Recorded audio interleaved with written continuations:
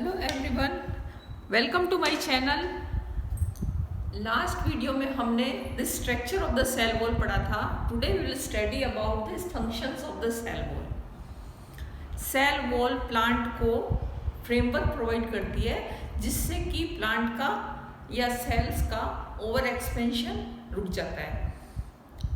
Cell wall performs various function for the plant.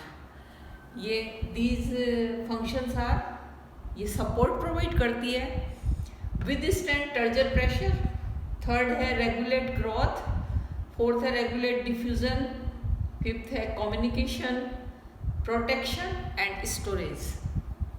Support, चूंकि जो cell wall है वो cellulose, hemicellulose and pectin जैसे polysaccharide से बनी होती है, तो प्लांट को एक मैकेनिकल स्ट्रेंथ मिल जाता है। इसी तरह से प्लांट की ग्रोथ को डायरेक्शन कौन देता है? सेल वॉल देता है। तो हम कह सकते हैं कि प्लांट को स्ट्रक्चरल सपोर्ट भी सेल वॉल ही प्रोवाइड करती है। विदस्टैंड टर्जर प्रेशर, सबसे पहले आपको ये पता होना चाहिए कि टर्जर प्रेशर क्या होता है। देखिए, हाइड्रोफिटिक प्लांट्स के सामने कंडीशन होती है कि दे सबमर्ज इनटू द वाटर। तो जब एक्स्ट्रा सेलुलर एनवायरनमेंट में जो वाटर का कंसंट्रेशन है that is higher than the intra cellular environment, तो more water molecules moves from extra cellular environment to intra cellular environment then exit. तो होता क्या है कि जो सेल के जो कंटेंट्स हैं वो वाटर को एब्जॉर्ब करके वॉल के ऊपर एक प्रेशर बिल्ड करते हैं। इस तरह से ये इसी प्रेशर को हम क्या कहते हैं? टर्जर प्रेशर।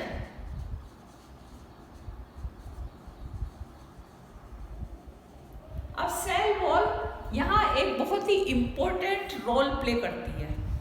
सेल को बर्स्ट होने से बचाती है। सेल वॉल भी अपोजिट डायरेक्शन में एक प्रेशर एक्सर्ट करती है। तो दोनों प्रेशर, कंटेंट से वॉल की ओर लगने वाला प्रेशर और वॉल से कंटेंट्स की ओर लगने वाला प्रेशर बैलेंस में हो जाता है।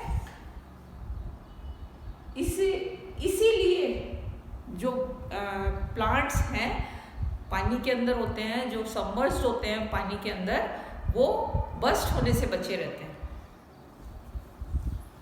थर्ड है रेगुलेट ग्रोथ। अब ग्रोथ को रेगुलेट भी सेल वॉल ही करती है। सेल डिवीजन को इनिशिएट करने वाले जो सिग्नल्स हैं वो सेल वॉल से ही आते हैं।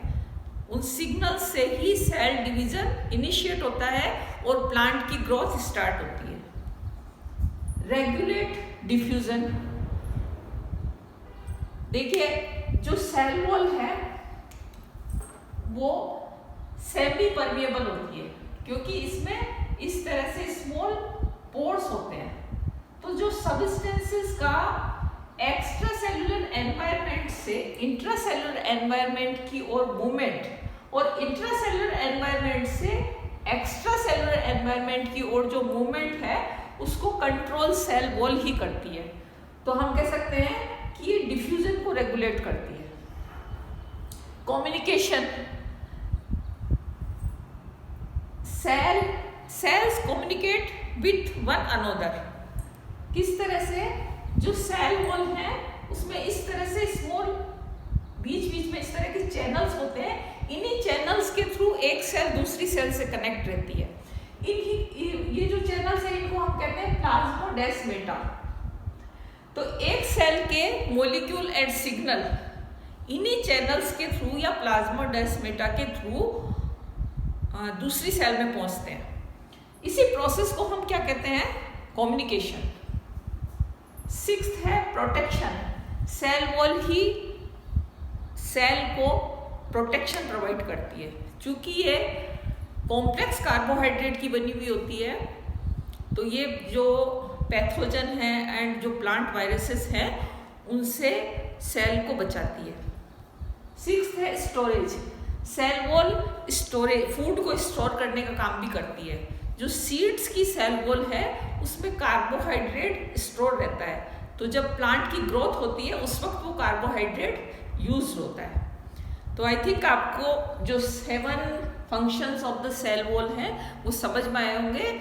इसी तरह से cell wall plays an important role for the plant. Thanks for watching and please इसे लाइक करें, शेयर करें और सब्सक्राइब करें।